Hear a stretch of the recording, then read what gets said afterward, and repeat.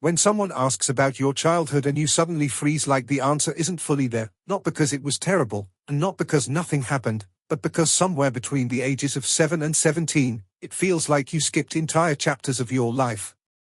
That feeling, that gap, is more common than people realize, and today we're going to talk about it.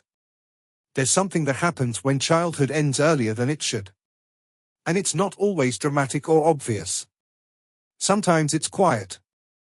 It looks like making dinner for your siblings when you were just a child yourself, or becoming the emotional bridge between your parents, or learning to read the mood of a room before you even learn to fully understand yourself. These moments don't seem big at the time, but they change something deep inside you. That version of you, the one who had to grow up too fast, doesn't disappear. It stays with you, shaping how you think, how you react, and how you live your life even today. Psychologists call this parentification, when a child takes on responsibilities that were never meant for them. But that word doesn't fully capture the weight of it. It doesn't explain what it feels like to be small, and still carry things that are too big for you. Research shows that children who go through this often appear mature, responsible, even strong. But this isn't true maturity. It's survival. It's your nervous system learning that the world is unpredictable, and the only way to stay safe is to stay in control. Over time, this becomes your normal. You become highly aware of people's emotions, you can sense tension instantly, you learn to solve problems quickly, because you had to. And while these abilities might look like strengths, they come with a hidden cost. Because the same person who can handle chaos with ease, often struggles with the simplest things. Asking for help feels uncomfortable. Resting feels wrong.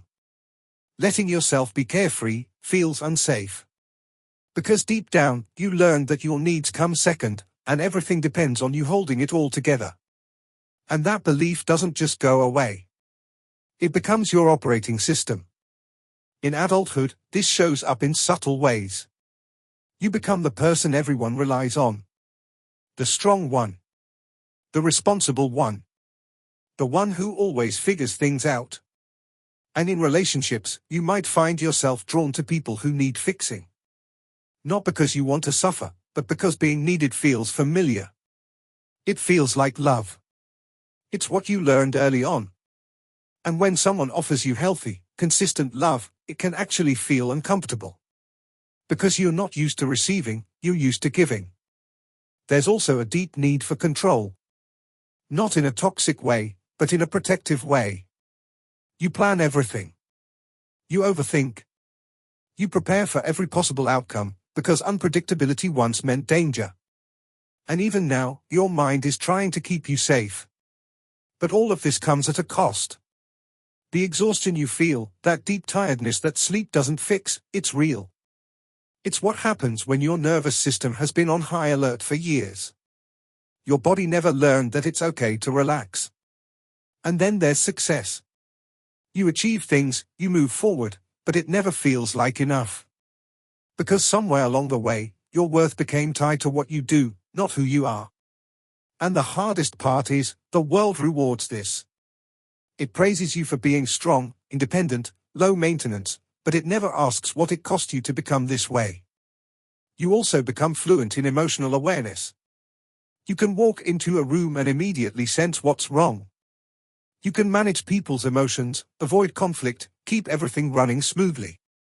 But while you're taking care of everyone else, no one really sees what's happening inside you. And even when you're surrounded by people, you can still feel completely alone. So what do you do with all of this? How do you heal from something that doesn't even feel like trauma, because it wasn't one big moment, it was hundreds of small ones? The first step is to acknowledge it. To accept that what you went through mattered. That the child version of you deserved more. More support, more freedom, more space to just be a child. And it's okay to grieve that. It doesn't make you weak, it makes you honest. The second step is learning that your worth is not based on how much you do for others. Being needed is not the same as being valued. You don't have to earn rest. You don't have to prove your worth. You are allowed to slow down, to receive, to let someone else take care of you for once. And yes, it will feel uncomfortable at first. Because it's new. But that doesn't mean it's wrong. It means you're learning something you were never taught.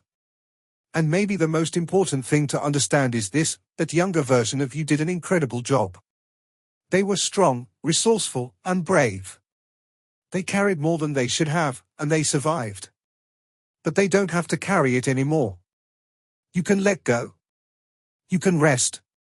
You can finally allow yourself to just be. And maybe, just maybe, you can start living the chapters you never got to have.